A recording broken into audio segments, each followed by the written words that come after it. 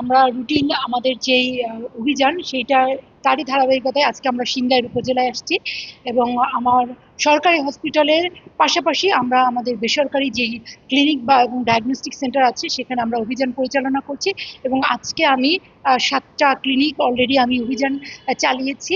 এর ভিতরে একেবারেই মানে সেবা দেওয়ার যোগ্য নয় যে দুটো যার কি বলে লাইসেন্সও নেই এবং পরিবেশও নেই, সেটা হচ্ছে সাইমা ডায়াগনস্টিক সেন্টার এবং সারাইল ক্লিনিক এবং ডায়াগনস্টিক সেন্টার। এই দুটোই 19, 20, 20, 21 এরকম সময় তারা লাইসেন্স করেছে এবং তাদের কোনো লেবার রুম বা তাদের কোনো আলাদা কোনো আমরা যেগুলো চাই একটা হেলথ সার্ভিসের জন্য সেগুলো কিছুই ছিল না, বিধায় আমরা এই দুটো আপাততভাবে বন্ধ করেছি।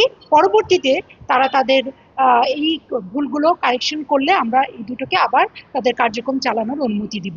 এছাড়া আমার ইসলামিয়া ডায়াগনস্টিক সেন্টার, খান ডায়াগনস্টিক সেন্টার এবং সিংগাইর ক্লিনিককে শুধুমাত্র আমি প্যাথোলজিটা বন্ধ করেছি, কারণ ওদের প্যাথোলজিতে কোনো এসি নাই এবং হচ্ছে যে ডক্টরের যে সিগনেচার লাগে সেটা নাই। ল্যাবটা আপাতত বন্ধ করেছি এবং রিএজেন্ট রাখার যে ফ্রিজটা সেটার টেম্পারেচারটা মেনটেন হচ্ছিল না, যার জন্য এই 3টা প্যাথোলজি আমি আপাততভাবে বন্ধ করেছি। ওরা ফ্রিজ এবং আদার্স যে কারেকশনগুলো এগুলো করলে আমরা নিয়মিত তাদের যে স্বাস্থ্যসেবা সেটা তারা চালাতে পারবে।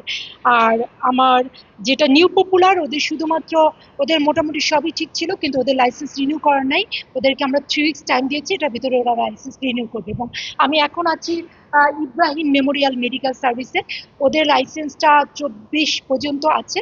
তো ওরা একটা টাইম আমাকে দিচ্ছে, এই টাইমের ভিতরে ওরা ওদের লাইসেন্সটা রিনিউ করবে। এখানে প্যাথোলজিটা মোটামুটি ঠিক আছে, এজন্য আমরা ওদের কার্যক্রমটা অব্যাহত রেখেছি।